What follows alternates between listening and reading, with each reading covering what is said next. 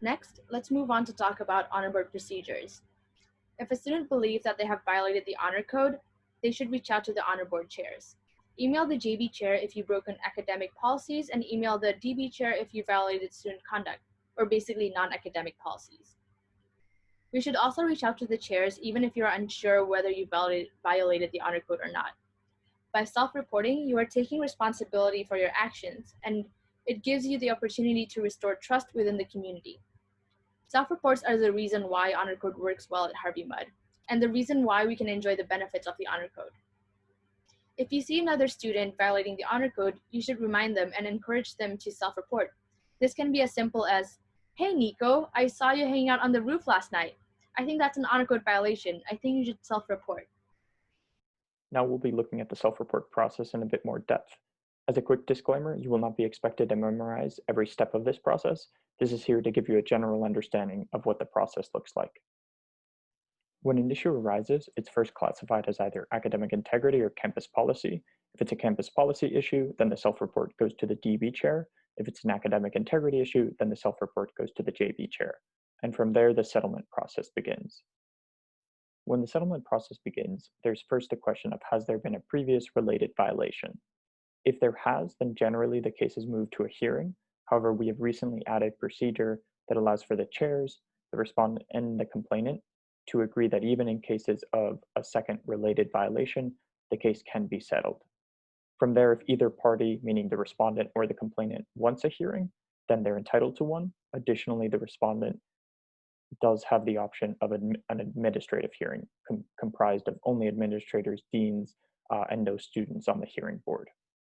If either party or if the respondent and the complainant do not agree on whether an honor code violation occurred, then the case must move to a hearing. And if the respondent and the complainant do not agree on sanctions, then the case must move to a hearing. Otherwise, a settlement agreement can then be reached, which is mediated by one of the chairs, either the JB or the DB chair. Alternatively, if the case has to move to a hearing, then first an advisor is either selected by the respondent or is assigned one by the chair. The advisor is typically from the honor board because they can provide the respondent with a bit of guidance and answer any questions that they may have about the process, but the respondent is entitled to choose their own advisor who has to be a Harvey Mudd student. Additionally, investigators are selected. Investigators serve to collect evidence and testimonies from both the respondent and the complainant that they'll then present to the hearing board during the hearing. At the hearing board is present, as well as the respondent, complainant, note taker, and either the JB or DB chair. The board then makes a decision, and that concludes the hearing process.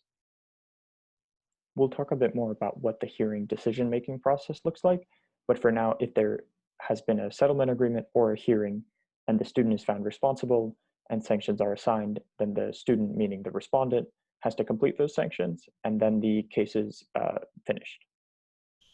Settlements are mediated by the JB or the DB chair.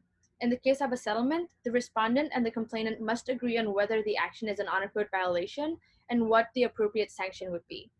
In the case where an agreement can't be reached, then the case goes to a hearing. At the end of the hearing board has an opportunity to deliberate in private, and then they vote on whether the respondent is responsible for the honor code violations. If that student is found responsible, then the hearing board also votes on sanctions that should be assigned. Responsibility is determined by a 3/4 majority of the board, and sanctions are determined by a simple majority. So we've reached the end of the presentation, and we'll give you a quick recap of what the honor code is.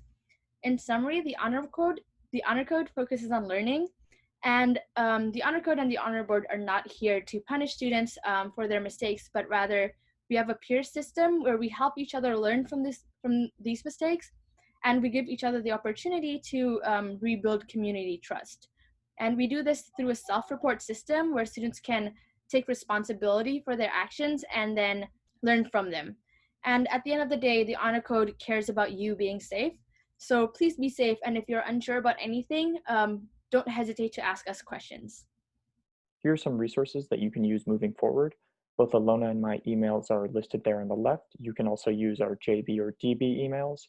We'll be sharing a Google Doc where you can post questions for the honor board or about the honor code, and we'll respond to them as soon as we can. And we'll also be sharing a link to the full honor code and its procedures in case you would like to reference that. So that's all from us. Thanks so much for tuning in the video. We hope that the rest of the summer goes well for you. And feel free to reach out to us if you have any questions, and see you in the fall. Judiciary. Judiciary. Judiciary. Judiciary. Judiciary Board Overview. Overview of the Judiciary Board.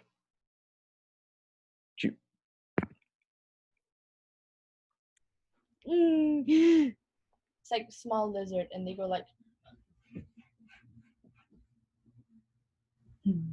I told Nico, like, what are the odds that you say, like, hi everyone, I'm Nico. And he said no odds. We can do this. I can do this.